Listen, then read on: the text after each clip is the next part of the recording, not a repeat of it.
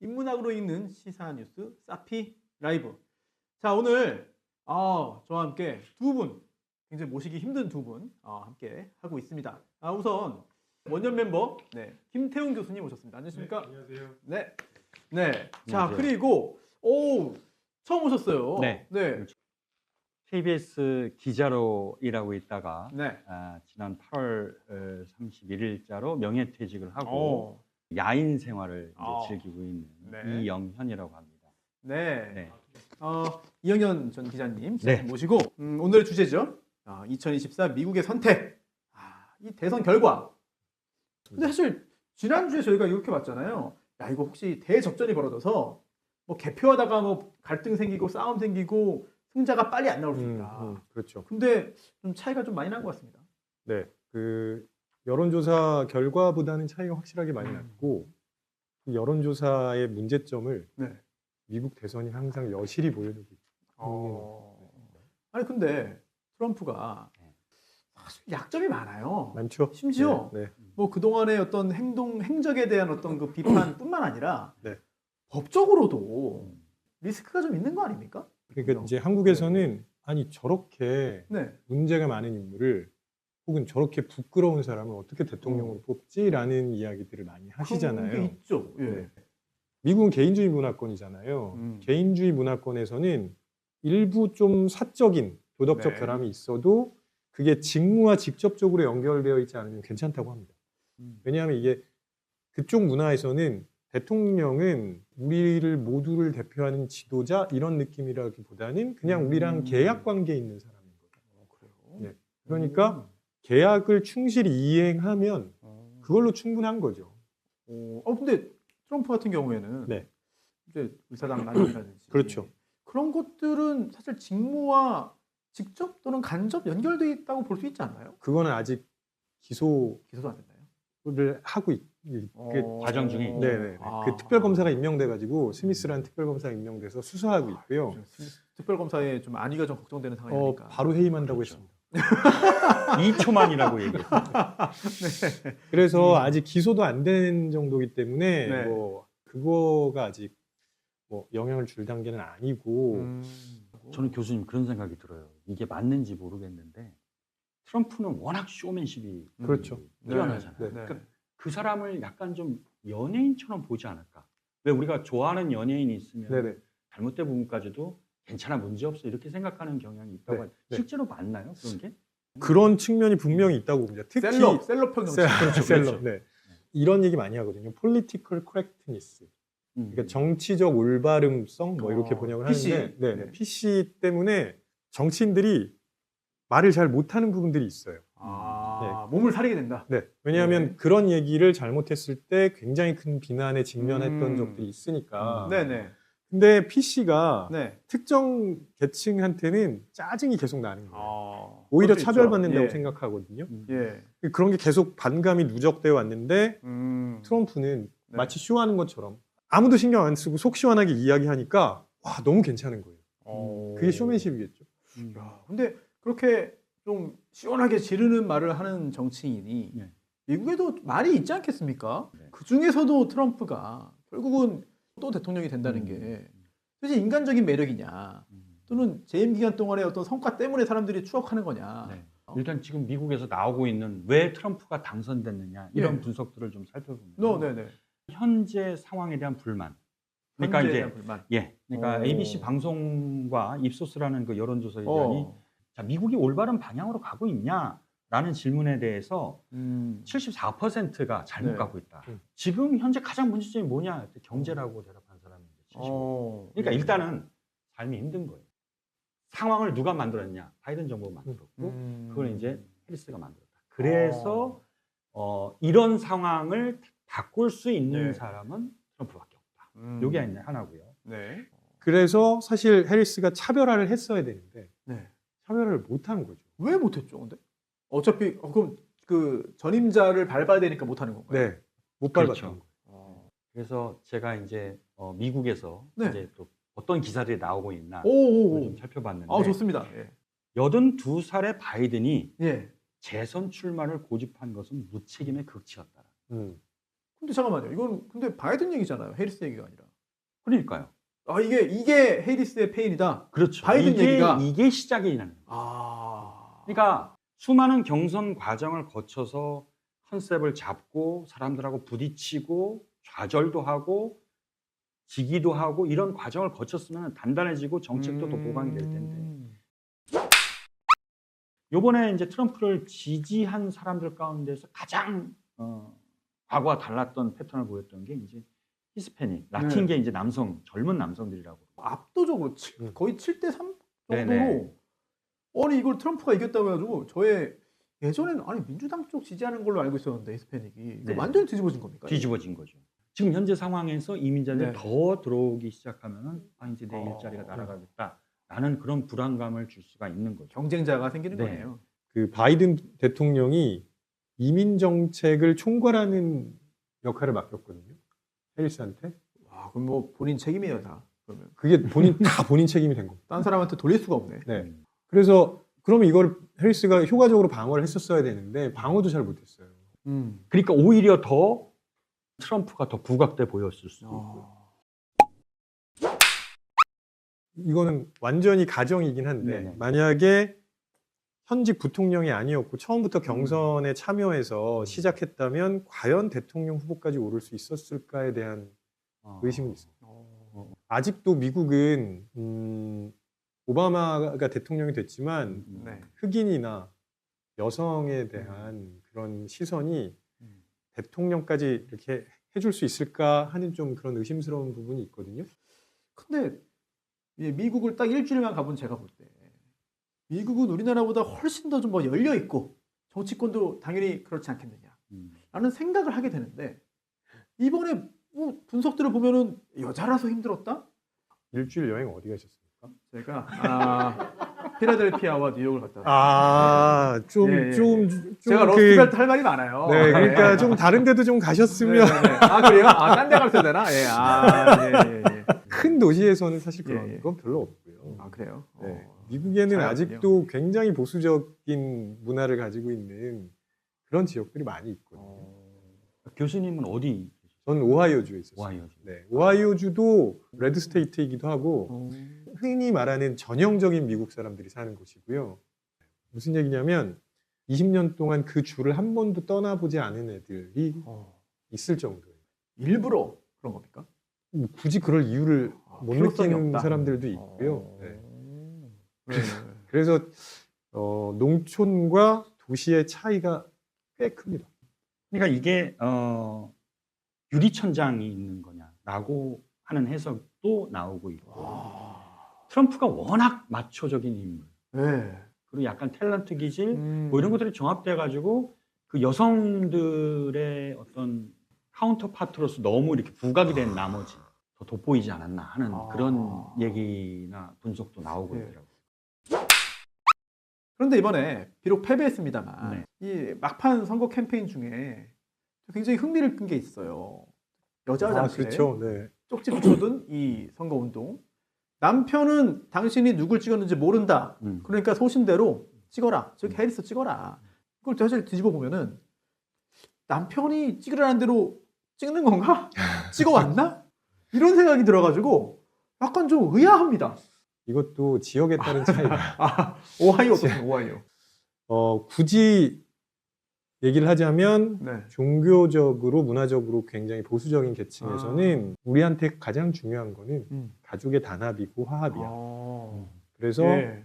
남편의 정치적인 견해에 부인들이 그냥 따라가는 일들이 종종 있어요. 사실은 이게 민주당의 전략이었죠. 히든 해리스가 있다라는 거를 샤이 트럼프에 맞선 어떤 인물의 선거 전략이라고 할 수 있겠죠. 그래서 이게 이제 어쨌든 전략이었는데 그 전략이 실패했다. 히든 해리스가 없었다는 거죠.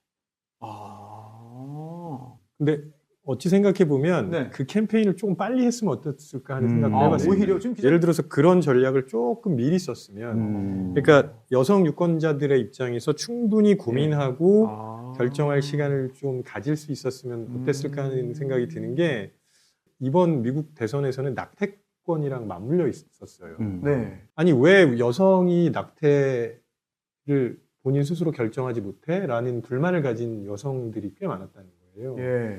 그게 이제 민주당의 전략이랑 맞물려서 조금 더 확산되고 조금 더 충분히 시간을 가지게 해줄 수 있었으면 네. 소위 말하는 히든 헬스가 음. 더 나타날 수도 있지 않았을까라는 저는 그래서 캠페인 자체는 전략은 괜찮았는데 시기가 조금 아쉬웠다. 너무 늦었다. 네. 두 분의 분석이 약간 다른 이런 다른 그렇게 갈라서기를 자꾸 만들지 마세요. 저는 김태훈 교수의 판단과 의견을 아주 네네. 존중을 합니다. 존중을 하지만 틀렸다. 틀리지 않았어요. 부연을 부연. 어쨌든 이 낙태라는 거는 민주당이 가지고 있는 중요한 전략이었어요. 그런데 이제 왜 이것이 히든 헬스를 많이 만들지 못했느냐? 이게 뭐냐면은 로앤 웨이드 판결, 즉 낙태가 이제 헌법재판소 판결로 이제 이 낙태 문제가 주의 문제로 됐어요. 그러니까 전국적인 이슈라고 생각했던 낙태 문제가 즉 로컬 이슈가 돼버렸다. 이렇게 분석이 나오고 있는 거예요. 그렇기 때문에 즉 여성들의 관심을 끌지 못했다. 그래서 일단 여론조사에서 보면은요. 네네. 해리스가 여성 유권자에게 10%포인트 더 많은 지지를 받았다는데 지난 2016년 힐러리 같은 경우는 여성 유권자들한테 13%포인트를 많이 받았고 바이든 같은 경우는 15%를 많이 받았어요. 그러니까 바이든보다 오히려 떨어진 어떤 그런 그러니까 이게 전략적으로 봤을 때는 조금 어려웠던 전략 아니었냐. 김태훈 교수님의 분석이 맞다고 제가 다시 한번. 근데 사실 이 해리스도 이번에 좀 패배를 하긴 했지만 앞으로 해리스는 어떻게 될까요? 해리스라는 사람의 인물을 잠깐 보면은 네, 좋습니다. 일단 아버지는 이제 자메이카인, 어머니는 인도인이었어요. 그리고 중간에 이혼을 해서 어머니 손에 자랐고 대학을 보면은 하워드 대라고 해서 이 흑인들만 지금은 이제 전부 다 이제 다 문을 열었지만 그 당시에는 전부 흑인들만 다녔어요. 흑인들을 위한 명문 학교였어요. 그리고 최초의 여성이자 최초의 흑인 캘리포니아 주 법무장관, 최초의 여성 흑인 아시아계 부통령. 이런 좋은 타이틀을 가지고 그냥 나는 이제 정계를 떠나겠다라고 얘기를 한다면은 그건 아니라고 저는 생각을. 근데 이제 한 가지 이건 제 개인적인 생각인데 한 가지 변수는 뭐냐면 민주당에서 다음번에 선거에 이기기 위해서는 민주당의 집토끼를 확실하게 잡을 수 있는 사람을 후보로 만들고 싶을 거예요. 그러니까 해리스가 그 집토끼를 사로잡을 수 있느냐. 결국 만약에 해리스가 다음번 대선에 또 도전한다 하더라도 그때 또 경선이 굉장히 좀 치열하게 펼쳐질 테니까 과연 그 경선을 뚫고 나갈 수 있느냐. 이것도 굉장히 좀 흥미로운 지점이 되지 않겠나. 아무튼 이렇게 트럼프의 승리로 대선이 막을 내렸는데 사실 대통령만 뽑은 게 아닙니다. 이번에 그 의회도 그렇습니다. 굉장히 중요한 선거가 있었는데 이거 역시 다 그냥 공화당이 휩쓸었다? 대통령도 상원, 하원도 모두 다 같은 당인 경우가 그렇게 많지는 않은데요. 그러니까요. 근데 지금 그렇게 된 데다가 보수 쪽에 굉장히 그 중요한 의견을 내는 헤리티지 재단의 수장도 친 트럼프예요. 그래서 가자는 대로 갈 겁니다. 근데 제가 이제 미국을 일주일 갔다 온 사람으로서 굉장히 궁금합니다. 미국 현지 지금 분위기가 어떠냐. 2020년서부터 제가 2023년 8월까지 이제 LA 특파원을 했어요. 제가 그때 이제 같이 LA 지국에 있었을 때 제 후배 중에 이우수 기자라고 하는 아주 우수한 기자. 이우수 기자님. 성함이 이우수 기자님. 이우수입니다. 지금 뭐 얘기를 좀 해볼 수 있나요? 그렇죠. 새벽 3시 LA. 우수 씨. 네. 잘 들리세요? 예, 잘 들립니다. 감사합니다. 일어나줘 있어서. 기자님 안녕하십니까? 안녕하세요. 예, 반갑습니다. 네, 일단 그 분위기 대충 어때요?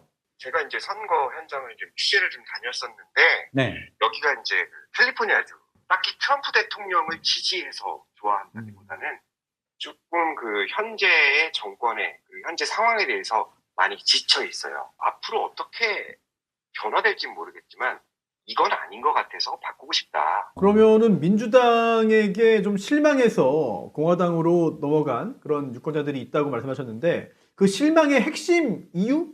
포인트가 뭘까요?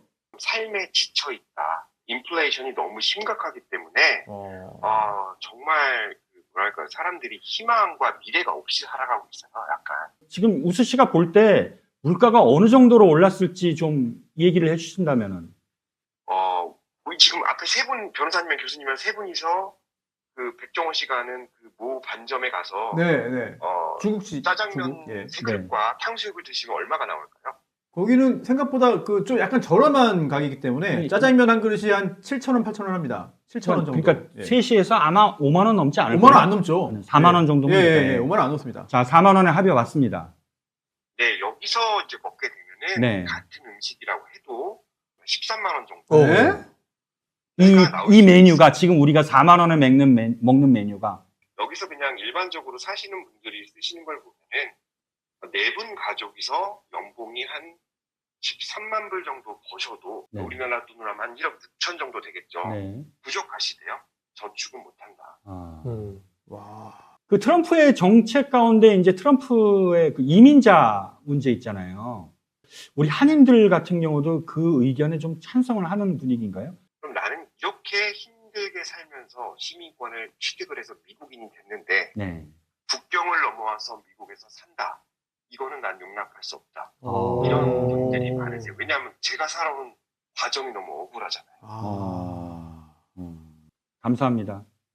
예, 감사합니다. 네, 고맙습니다. 기자님. 고맙습니다. 네, 고맙습니다. 네네. 결국은 뭐 트럼프니 해리스니 뭐 이거 정책 비교? 물론 정책 비교도 중요하겠지만 아무튼 지금 싫어. 바꾸자. 그렇죠. 바꿔보자. 네네. 지금 나는 이거 열받아. 이런 분위기가 강하지 않았을까? 뭐 이런 네. 생각도 들게 되는데 그런데 한국 언론이 여러 그 미국 언론사 중에서 네. CNN 위주로 얘기를 가져오기 때문에 그런 논조를 받아서 보도하다 보니까 우리가 트럼프가 우세하다는 걸 좀 더 놓치는 거다라고 지적하는 의견이 없지 않거든요. 미국에서 여론조사를 하는 게 굉장히 어렵습니다. 근데 미국은 정말 넓어요. 혹시나 그 표본이 왜곡됐을 가능성을 고려해서 보정이라는 걸 합니다. 예. 그렇죠. 보정이 예. 그냥 감이에요. 감히. 네, 여론조사 업체들의 감으로 하는 거예요. 근데 사실 예. 미국의 여론조사 업체가 150개 정도 있다고 합니다. 편차가 5%에서 6% 나와요. 그러면 편차가 나온다는 건 뭐냐면은 그만큼 여론조사를 신뢰할 수가 없다라는 얘기거든요. 요번에 영국의 이코노미스트가 대선 당일까지 예. 트럼프하고 해리스하고 비율을 반반 정도로 생각했는데 예. 선거 당일 아침에 예. 해리스 56, 트럼프 43으로 이렇게 봤습니다. 바뀌어요. 네, 봤습니다. 아니 근데 여기서 이렇게 13%를 하루아침에 바뀌면서 어떤 이유를 댔냐면은 샤이 트럼프를 자기네가 너무 과도하게 반영을 했다는 거예요. 그걸 좀 낮춰버리니까 이제 해리스가 올라간 거죠. 이런 얘기를 하는데 그렇죠. 그게 잘못된 거예요. 이게 감 떨어진 얘기고 와. 이른바 보정하는 방법이라는 게 좀 주먹구구식이다. 그러면 안 되는 거 아닙니까? 그러면 안 되죠. 그러면 안 된다는 건 이제 일반론이고, 그것도 한국식인가요? 아니 한국식이라기보다는 안 될 것 같은데 된다는 건 이제 그러면 굉장히 네. 당위적인 얘기고, 예.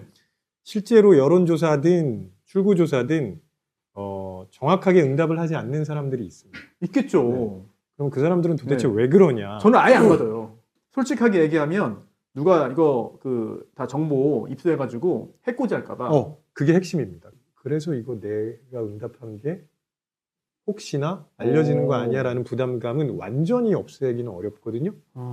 그래서 일단 그런 측면이 하나 있고요. 예. 또 하나는 뭐냐면 사람들은 자기의 의견과 무관하게 사회적으로 바람직하다고 사람들이 생각하는 쪽으로 응답하려는 경향이 있습니다.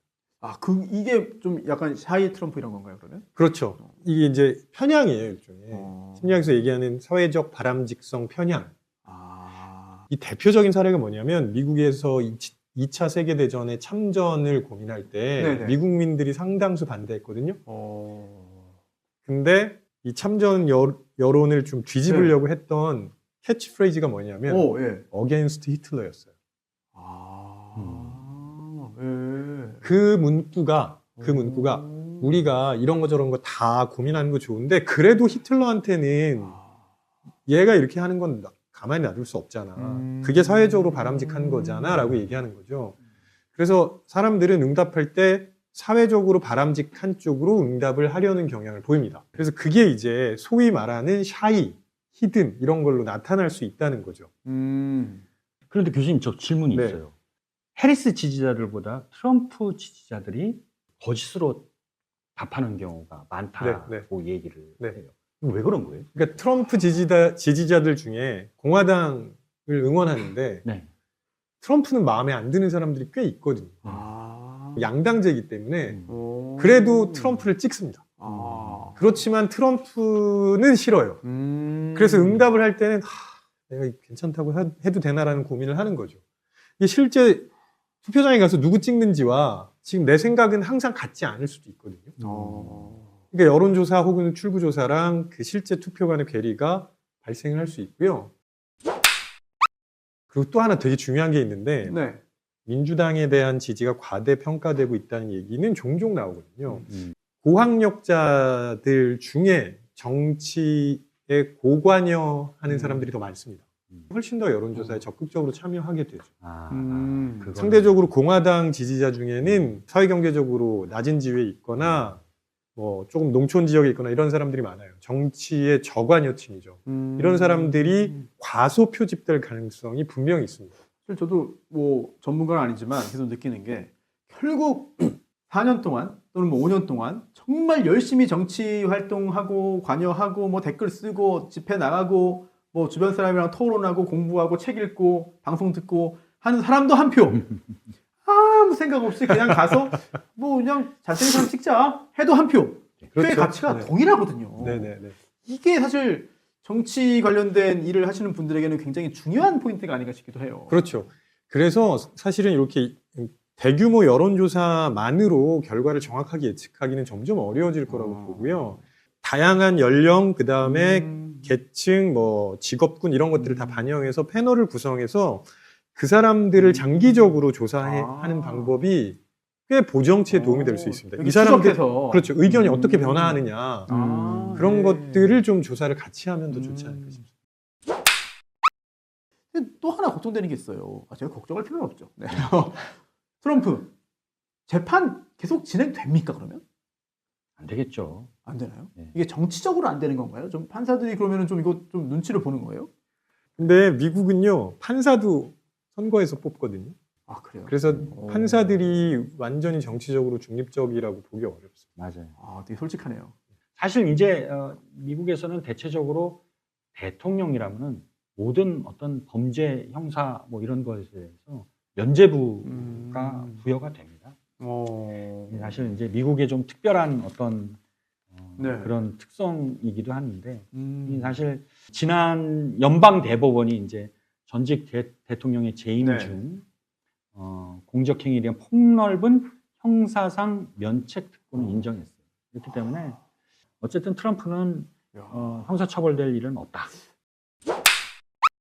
마지막으로 하나만 짧게 네. 그 또 다른 승자가 있다. 일론 머스크. 네.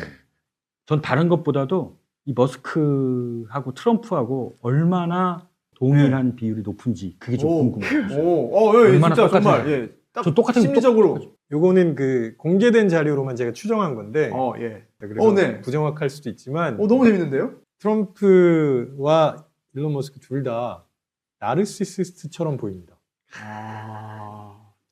근데 원래 그렇게 태어나지 않았어도 그렇게 돈이 많아지면 당연히 그렇게 될 수도 있는 거 꼭 그렇진 않습니다. 아니에요? 그렇진 않습니다. 이건 굉장히 그 타고난 성격 측면이 있는 거고요. 그 나르시시스트가 뭔지 모르시는 분들도 있어서 간단하게만 설명을 드리면 네. 우리나라 말로 자기애라고 번역을 하는데 조금 의미가 약하고 그냥 이 세상에서 나만 중요한 사람입니다. 천상천하 유아독존 이런 거예요. 네. 그래서 모두 잘 되는 거는 별로 좋아하지 않고 내가 혼자 잘 되는 게, 내가 혼자 돋보이는 게 굉장히 중요한 사람들입니다. 잠깐만. 그럼 이 둘이 나중에 싸우는 거 아닙니까? 일단 영역이 지금 달라서 괜찮은 것 같아요.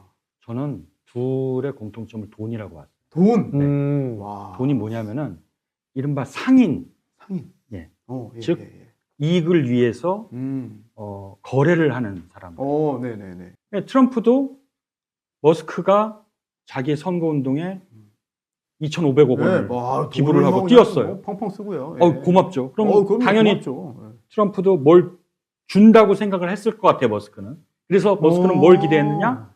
자율주행과 관련해서 무인 택시를 하려고 하는데 규제가 너무 많아요.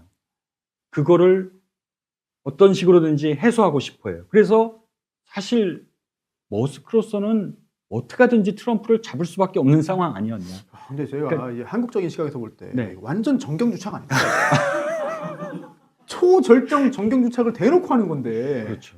와, 하지만 이해 안 되는 일이 미국에서는 거의 없는 문화가 다르니까. 주식이 엄청 뛰고 있는. 그러니까요. 예. 저는 오늘 굉장히 좀 즐거웠고 여러분들께도 굉장히 의미 있고 재미있는 시간이었기를 기대하면서요. 오늘 사피라이브 여기까지 하겠습니다. 고맙습니다. 고맙습니다. 고맙습니다. 네.